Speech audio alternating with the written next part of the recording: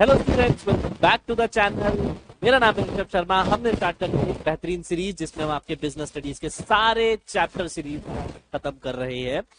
अब जो चैप्टर हम स्टार्ट करने वाले हैं इसका नाम है staff separation.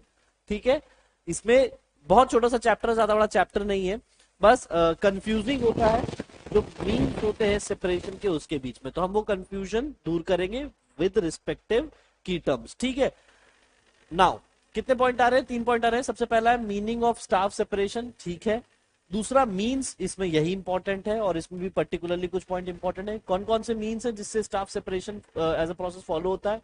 Retirement, lay off, retrenchment, quit और रेजिग्नेशन, सस्पेंशन और डिसमिसल। डिसमिसल इंपॉर्टेंट है, इससे क्वेश्चन बनते हैं। ठीक है, और थर्ड पॉइंट जिस चैप्टर का है वो है एग्जिट इंटरव्यू। चलिए स्टार्ट करते हैं। Name suggest, staff separation. Separation मतलब अलग होना। जब एक एम्प्लॉय एक ऑर्गेनाइजेशन से अलग होता है उस प्रोसेस को कहते हैं सेपरेशन या एट्रिशन। ठीक, नाउ कई तरीके होते हैं जिनसे वो अलग होता है, जैसे मीन्स में हम कवर करेंगे वो सारे तरीके। बेसिक मीनिंग की अगर हम बात करें क्या होती है स्टाफ सेपरेशन की, कि separation of employee from an organisation in which he और शी हैज बीन एम्प्लॉयड और वर्किंग। ठीक, अब एक होता है वॉलेंट्री सेपरेशन, एक होता है इनवॉलेंट्री सेपरेशन। अब वो मीन्स के ऊपर डिपेंड करता है कि कब वॉलेंट्री है और कब इनवॉलेंट्री है। चलिए बढ़ते हैं नेक्स्ट टॉपिक पे। नेक्स्ट टॉपिक कौन कौन से है? कह रहा मीन्स ऑफ सेपरेशन, कौन कौन से तरीके हैं जिनसे एक ऑर्गेनाइजेशन में जो काम कर रहा है एम्प्लॉय है वो अलग होता है। ठीक है, सबसे पहला कॉमन होता है रिटायरमेंट। जब एक प्रिस्क्राइब्ड एज तक ही आपका कॉन्ट्रैक्ट में लिखा होता है कि आप किस एज तक काम कर सकते हो, अब वो एज लिमिट जैसे ही आती है आपका रिटायरमेंट होता है, आपको नौकरी छोड़नी पड़ती है along with the various social security benefit which you can get. ठीक है, which you avail after at the time of your retirement. Next is lay off. Lay off क्या होता है कि जब कंपनी के ऊपर इकोनॉमिक मार पड़ती है, एक तरीके से ऐसे समझिए। ले ऑफ कंपनी क्या करती है, थोड़े थोड़े एम्प्लॉयज को निकालती जाती है। जब अभी बहुत बड़ा ले ऑफ हुआ था, गूगल ने किया था। ठीक है, retirement, sorry retrenchment. Retrenchment is one of the way जहां पर टर्मिनेशन होता है सर्विसेज का, क्योंकि पैसे नहीं होते हैं ऑर्गेनाइजेशन के पास। ठीक, फिर क्विट या रेजिग्नेशन, जब एम्प्लॉय खुद ही छोड़ के चला जाता है या ऑर्गेनाइजेशन कहती है कि तुम काम अच्छा नहीं कर रहे हो, चलो निकलो यहाँ से। ठीक है, वरना अगर नहीं जाओगे तो तुम पे डिसिप्लिनरी एक्शन होगा, उसे कहते हैं रेजिग्नेशन। फिर होता है सस्पेंशन। सस्पेंशन एक नेगेटिव वर्ड होता है। सस्पेंशन से आपको समझ आता है सस्पेंड हो गए। सस्पेंड हो गए मतलब एक पनिशमेंट मिली है कि अभी आप थोड़े दिन काम पे नहीं आएंगे, आपको एक बेसिक अलाउंसेस देके छोड़ दिया जाता है, लेकिन आप काम पे नहीं आए, आपको सस्पेंड किया जाता है काम से। Next, dismissal. Dismissal is basically permanent termination of employee. ठीक, कि कब परमानेंटली टर्मिनेट कर जाता है एम्प्लॉयज को, वो होता है डिसमिसल। उसका एक प्रोसीजर होता है जो हम आगे कवर करेंगे। स्टार्ट करते हैं सबसे पहले और सबसे आसान से, जिसको बोलते हैं रिटायरमेंट। तो रिटायरमेंट क्या होता है? It is given in the contract of employee specifies the age of retirement. ठीक है, आपके जो कॉन्ट्रैक्ट ऑफ एम्प्लॉयमेंट होता है उसमें आपकी रिटायरमेंट की एज या सुपर एनुएशन की एज लिखी होती है। गवर्नमेंट एम्प्लॉय हो तो 60 साल तक काम कर सकते हो, प्राइवेट सेक्टर में एम्प्लॉय हो तो 60 साल या उससे ज्यादा भी कर सकते हो। ठीक है, so if you are a government, if you are into government service, आपकी एज लिमिट क्या है? 60 इयर्स। प्राइवेट सर्विसेज में हो तो एज लिमिट क्या है? मोर देन गवर्नमेंट, तो generally higher.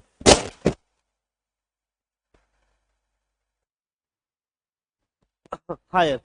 Next, employee receives gratuity, PF, encashment. अब जब आप रिटायर होते हो तो रिटायरमेंट के साथ साथ क्या मिलता है आपको? ग्रेट्युटी, यानी सोशल ग्रेट्युटी के बारे में हमने पढ़ रखा था, प्रोविडेंट फंड के बारे में पढ़ रखा था, इनकैशमेंट ऑफ लीव्स, ये सारी चीजें हमने कवर कर रखी हैं। ठीक है, लास्ट टू लास्ट चैप्टर्स में। आगे बढ़ते हैं, चलो भाई फटाफट नेक्स्ट टॉपिक पे आते हैं। नाउ रिटायरमेंट भी दो तरीके का होता है, एक होता है कंपलसरी, एक होता है वॉलेंटरी। तो ये वाला जो पार्ट जो था ये था कब? जब आपकी एज लिमिट कंप्लीट हो जाती है, तो ये कौन सा होता है? कंपलसरी। ठीक है, कंपलसरी रिटायरमेंट। और एक होता है वॉलेंट्री, जिसे हम लोग कहते हैं VRS, voluntary retirement scheme. Voluntary retirement scheme क्या होती है?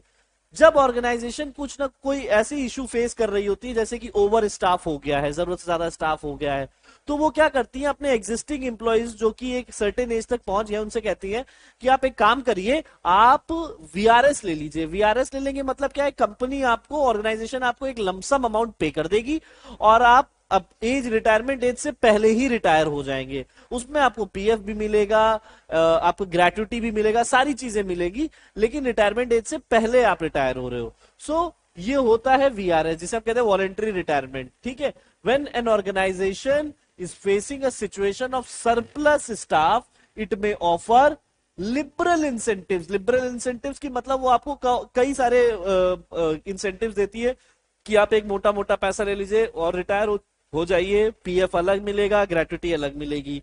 ठीक है, who leave before reaching the age of retirement और सुपर एनुएशन। इस चीज को क्या बोला गया है बिजनेस टर्मिनोलॉजी में, गोल्डन हैंडशेक। गोल्डन हैंडशेक मतलब एम्प्लॉयर भी राजी है, एम्प्लॉय भी राजी है, कोई भी किसी भी तरीके का रिजेंटमेंट नहीं है, इसीलिए इसको गोल्डन हैंडशेक बोला जाता है। ठीक है, आएंगे नेक्स्ट टॉपिक पे। नेक्स्ट टॉपिक हमारा सबसे बढ़िया ले ऑफ। आज की डेट में बड़ा कॉमन टर्म है ले ऑफ। देखो ले ऑफ क्या होता है कि आप टेम्पररी बेसिस पे जो हमारे इंप्लॉय हैं उनसे कह रहे हो कि काम नहीं करना है। क्यों नहीं है, या हम आपको काम नहीं दे सकते हैं क्योंकि हमारे पास पैसा नहीं है, या कोई भी रीजन हो सकते हैं। ठीक है, बेसिकली मेन चीज यही होती है कि वो अपना फाइनेंशियल बर्डन कम करना चाहते हैं। ठीक, अच्छा ये टेम्पररी जो ले ऑफ किया जाता है टेम्पररी नेचर का होता है, क्या ये सिर्फ टेम्पररी किया, 1 महीना 2 महीना 3 महीना 4 महीना 6 महीना, ऐसा नहीं। ये ऑर्गेनाइजेशन पर है कि जब तक वो फाइनेंशियली फ्री नहीं हो रहा तब तक तुम्हें काम पे नहीं आना है भाई। बर्डन हम नहीं दे सकते अपने ऊपर कि तुम्हें नौकरी पे रखे फिर तुम्हें सैलरी दे, क्योंकि हमारे पास पैसा नहीं आ रहा है। ठीक है, ये उन्हीं इंप्लॉयज का हो सकता है जिनका नाम पेरोल में होता है। पेरोल क्या होता है, पे स्लिप क्या होता है, ये हमने पिछले चैप्टर्स में कवर कर रखा है। ठीक है, पेरोल क्या होता है, वो रजिस्टर, वो डॉक्यूमेंट जिसमें हम एक एम्प्लॉय जो कि हमारे यहाँ काम कर रहा है परमानेंट, उसकी नेट पे, डियरनेस अलाउंस विद डिडक्शन, सारी चीजों का रिकॉर्ड मेंटेन करते हैं। ठीक है, वो होता है पेरोल। तो पेरोल पे जो भी इंप्लॉयज हैं उन्हीं का ले ऑफ में नाम आ सकता है, और कैजुअल वर्कर्स वगैरह इन सब का नाम ले ऑफ में नहीं आता है। तो पहले देखो ले ऑफ क्या है, कह रहा है temporary removal of employees from payroll of the organization due to circumstances beyond the control of employer।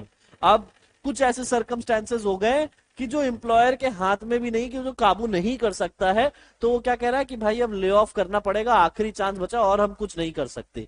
हाँ, मेजर रीजन क्या होता है, they want to reduce their financial burden, they just want to reduce their financial burden. आगे बढ़ते हैं। अब जब भी इस चैप्टर की बात आएगी, इसमें एक दो चीजें हमेशा याद रखना। एक चीज है इंडस्ट्रियल डिस्प्यूट एक्ट 1947, इसका नाम मेंशन करना जरूर जरूर जरूर। क्यों, इससे आपको नंबर मिल जाएंगे, साफ बात।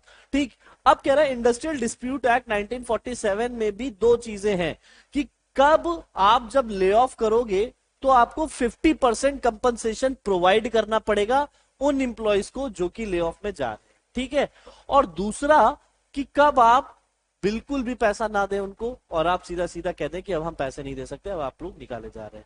ठीक, निकाले जा रहे हैं मतलब टेम्पररी बेसिस पे। तो दो केसेस आते हैं यहाँ पे, देखिएगा इंडस्ट्रियल डिस्प्यूट एक्ट में ये चीजें मेंशन की गई है कि कब पैसा मिलेगा, कि 50% ऑफ बेसिक पे एंड डियरनेस अलाउंसेस अलाउ किए जाएंगे, और कब बिल्कुल कंपनसेशन या नो कंपनसेशन या कोई पैसा नहीं मिलेगा, उसकी भी कुछ कंडीशन है। तो पहली कंडीशन पे आते हैं, कह रहा है कब नहीं, कब 50% ऑफ द बेसिक पे और डीए मिलेगा। सबसे पहली चीज उन्हीं को मिलेगा जो कैजुअल वर्कर नहीं है, जिनका नाम पेरोल पे है। कैजुअल वर्कर या बदली वर्कर जो होते हैं वो नहीं होने चाहिए। दूसरा, उनका नाम हमेशा पेरोल रजिस्टर में रहा होगा, उन्हीं को 50% कंपनसेशन मिलेगा, 50% ऑफ बेसिक पे एंड डीए मिलेगा जिनका नाम पेरोल में है या मस्ट रोल में है। नेक्स्ट, वो एम्प्लॉइज जिन्होंने कम से कम 1 साल तक, 1 साल के ऊपर तक काम किया है, कि ये नहीं कि अभी 1 साल भी नहीं हुआ है और कंपनी की हालत खराब हो गई तो आप निकाल रहे हो, तो आप कह रहे हो कि नहीं नहीं कोई बात नहीं, हमने 1 साल काम नहीं हुआ तो क्या हुआ, हमको तो पैसे चाहिए, तब नहीं हो सकता। तो कह रहे for those employees completed not less than 1 year services, उनको क्या बोलते हैं 50% 50% बेसिक पे ऑफ डीए मिलेगा। ठीक है, जिन्होंने कम से कम 1 साल के ऊपर ही काम किया है। ठीक है, ठीक है। Completed not less than 1 year of services, ठीक, अगर 1 साल से कम है तो नहीं मिलेगा। Next, must present himself for work at the time for work at the appointed time, ठीक है, at the appointed time during working hours. अब सपोज करिए कि आपको 50% बेसिक पे मिल रही है, कुछ पैसा मिल रहा है, तो ऐसा थोड़ी कि घर पे पड़े रहोगे और खाली बात का पैसा मिलेगा। आपको डेली बुलाया जाएगा, किसी भी टाइम पीरियड पे या वर्किंग आवर्स में बुलाया जाएगा, कहेगा आइए और रजिस्टर पे साइन करिए, ठीक है। भले ही काम हो ना हो, कुछ काम होगा तो बताया जाएगा, नहीं होगा तो नहीं बताया जाएगा, लेकिन आपको बुला के एक बार रजिस्टर पे साइन जरूर कराया जाएगा। ये होता है ले ऑफ, ठीक। अब किस केस में नो कंपनसेशन, कब कंपनसेशन नहीं मिलेगा, और ये चीज इंडस्ट्रियल डिस्प्यूट एक्ट में भी लिखी गई है। सबसे पहला, workers refuse to accept the alternative employment.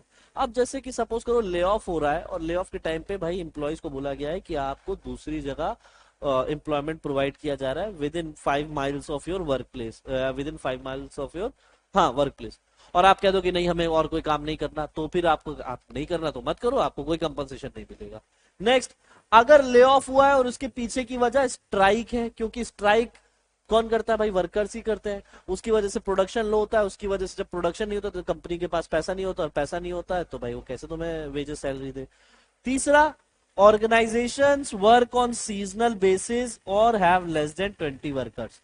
वो ऑर्गेनाइजेशन जो साल में कुछ ही दिन काम करती है, जिनके पास 20 से कम वर्कर्स होते हैं, उनको भी ले ऑफ के टाइम पे कंपनसेशन पे करने की जरूरत नहीं होती है। तो कब कंपनसेशन पे करना है उसकी 4 कंडीशन, कब नहीं पे करना है उसकी 3 कंडीशन। ये कंडीशंस याद रखिएगा, इससे घुमा के क्वेश्चन जरूर बनेगा। आगे बढ़ते हैं। अब रीट्रेंचमेंट क्या होता है? रीट्रेंचमेंट होता है कि देखिए भाई साहब, अब आपको हम परमानेंटली टर्मिनेट कर रहे हैं, ठीक है, परमानेंट टर्मिनेशन ऑफ एम्प्लॉय। रीट्रेंचमेंट और ले ऑफ में फर्क क्या होता है कि ले ऑफ में क्या है कि हाँ अभी हमने टेम्पररी बेसिस पे किया है, हो सकता है कंपनी के पास पैसा वापस आ जाए और अच्छी चीजें होने लगे तो हम क्या करेंगे, वापस से आपको बुला लेंगे कि आ जाओ भाई, ले ऑफ हमने किया था, आप वापस आके ज्वाइन कर लो। लेकिन रिट्रेंचमेंट क्या होता है? रिट्रेंचमेंट मतलब कि permanent termination of employee for some employee service for economical reasons. Economical reasons क्या हो गया? पैसा ही नहीं है। नाउ ये क्या ऐसे ही कर सकते हो? नहीं, ऐसे नहीं कर सकते। इसके लिए भी कंडीशन है, आप रिट्रेंचमेंट में भी ऐसे नहीं कर सकते, आपको कुछ ना कुछ कायदे कानून रेगुलेशंस फॉलो करने पड़ते हैं। सबसे पहली चीज, एक एम्प्लॉय को नोटिस दिया जाता है 1 महीने का। Employee must be given 1 month notice. Next, हर साल के हिसाब से कि पिछले कितने साल उसने काम किया है, मिनिमम हर साल के, मतलब अगर सपोज करो 3 साल उसने काम किया है लगातार, तो हर साल के 15 दिन के हिसाब की सैलरी उसको मिलेगी। Compensation of 15 days wages of every completed year services, उसके हाथ में पैसा रखा जाएगा। फिर इतना नहीं है, गवर्नमेंट अथॉरिटी को भी नोटिस देनी पड़ेगी कि हम रिट्रेंचमेंट कर रहे हैं एम्प्लॉयज का। Notice in prescribed manner presented to government authority, ठीक। अगर कोई कॉन्ट्रैक्ट में ऐसी कोई चीज नहीं लिखी है कि आपका एम्प्लॉयमेंट कब हो सकता है कब नहीं, ठीक, या एक रिट्रेंचमेंट से रिलेटेड कोई कॉन्ट्रैक्ट में डिटेल नहीं लिखी गई है, तो वो एम्प्लॉय जो आखिरी में रखा गया है नौकरी पे, उसको सबसे पहले टर्मिनेट किया जाएगा। Worker employed last, terminated first, ये हो गया। और आखिरी क्या है? कल को अगर सारी चीजें सही होती हैं, तो जो ये रीट्रेंचमेंट वाले एम्प्लॉय हैं, जब नौकरियां देना चालू करोगे फिर से, तो सबसे पहले प्रेफरेंस किसको दोगे? इनको दोगे। Must be given preferences in future employment. ये हो गई 5 कंडीशंस। ये 5 कंडीशन जरूरी है to follow the process of retrenchment. आगे बढ़ते हैं। रेजिग्नेशन, भाई जब आदमी खुद से नौकरी छोड़ दे कि हमें नहीं जानते, या ऑर्गेनाइजेशन खुद ही कहे कि भाई चलो अब हो गया तुम्हारा, निकलो, नहीं तो तुम पे डिसिप्लिनरी एक्शन होगा, ठीक है, तो ये होता है रेजिग्नेशन और क्विट। क्या होता है? एन एम्प्लॉय टेक्स और made to leave the initiative to leave the organisation, ठीक है। अब ये भी 2 बेसिस पे होता है, एक वॉलेंट्री और एक इनवॉलेंट्री। वॉलेंट्री कब होता है? सपोज करो उसको बेटर जॉब मिल गई है, उसकी कोई पर्सनल रीजंस है, बीमार चल रहा है, इसलिए उसने कहा कि भाई हम नौकरी छोड़ रहे हैं। और इनवॉलेंट्री कब होता है? जब बोल दिया जाए कि आपके ऊपर कोई डिसिप्लिनरी एक्शन होगा, अगर आप चाहते हैं एक्शन ना लिया जाए तो नौकरी छोड़ो। तो ये होता है क्या? इनवॉलेंट्री। अपनी मर्जी से नहीं, लेकिन मैनेजमेंट ने कहा छोड़ो तो छोड़नी पड़ी। आगे बढ़ते हैं, आगे बढ़ते हैं। फिर होता है सस्पेंशन। अब सस्पेंशन की बात करें, सस्पेंशन ना, सस्पेंशन अभी मैंने बताया क्या कि एक नेगेटिव वर्ड होता है। सस्पेंशन क्या होता है कि आपको सस्पेंड कर दिया जाता है, लेकिन इसका मतलब ये नहीं कि आपको नौकरी से ही निकाल दिया गया। अब आपको ऑफिस नहीं आना है, आपको ऑफिस नहीं आना है, आपको थोड़ा बहुत मिनिमम पेमेंट जो होगी आपकी सैलरी की वो आपको मिलेगी, लेकिन आप ऑफिस नहीं आएंगे। It's a punishment for you. तो सस्पेंशन क्या होता है? एक सीरियस पनिशमेंट होती है जिसमें आपको ऑफिस नहीं आता और आपको मिनिमम सैलरी प्रोवाइड की जाती है, आपकी बेसिक पे की और डीए की। तो कह रहा है it is a serious punishment and is generally offered after a proper inquiry. यू ही नहीं कोई सस्पेंड होता है, जब तक प्रॉपर इंक्वायरी नहीं होती तब तक सस्पेंशन नहीं होता है। ठीक है। It receives subsistence allowances. The employee who is suspended, जिसके ऊपर ये एज अ पनिशमेंट दी जाती है, उसको क्या मिलता है? उसको मिनिमम अलाउंसेस ऑफर करी जाती हैं। फिर ऐसा नहीं कि सस्पेंशन एक बार हो गया तो वो हमेशा रहेगा। जब इंक्वायरी कवर होगी, जब ऑर्गेनाइजेशन को लगेगा तो वो सस्पेंशन आपका वापस ले लेते हैं। ठीक है। आगे बढ़ते हैं, डिसमिसल। डिसमिसल क्या है? अब ये है बढ़िया चीज। डिसमिसल मतलब क्या है? आपको टर्मिनेट किया जाता है। ठीक है, आपकी सर्विसेज को खत्म किया जाता है, और आपको ये खत्म किया जा रहा है क्योंकि आपका कंडक्ट घटिया था, आपका कोई काम नहीं अच्छा था। ठीक है, आपको पनिशमेंट मिली है। ठीक है। सो ये क्या है? डिसमिसल। और डिसमिसल भी ऐसे नहीं होता कि अचानक से हो गया, आपको बोल दिया गया कि आप डिसमिस होते हैं, नहीं। उसमें भी प्रॉपर कंडीशंस होती है, उसका भी एक प्रोसीजर होता है। पहले डिसमिसल का मीनिंग देखो क्या होता है। कह रहे डिसमिसल क्या है? Termination of service of employee as a punishment. Termination of service of employee as a punishment. अब पनिशमेंट किसी भी चीज की हो सकती है। तुम ऑर्गेनाइजेशन के साथ लॉयल नहीं थे, you were dishonest, you haven't you have done some misconduct, gambling कर रहे हो, तुमने ऑर्गेनाइजेशन का पैसा हटा रखा है।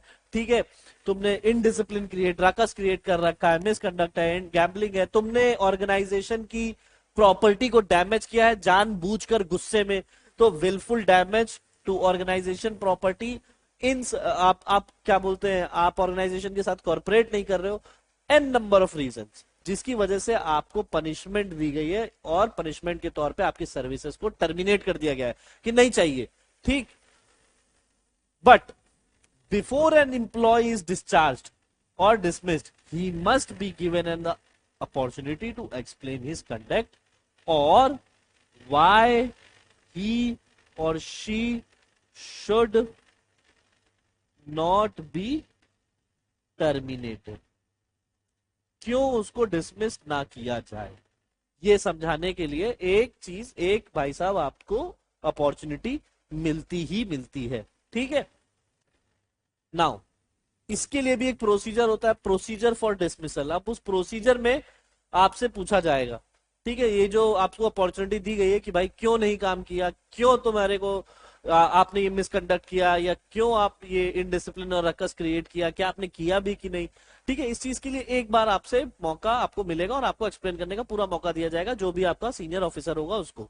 सो ये प्रोसीजर कैसे स्टार्ट होता है? ये प्रोसीजर स्टार्ट होता है, पहले चार्जशीट बनती है।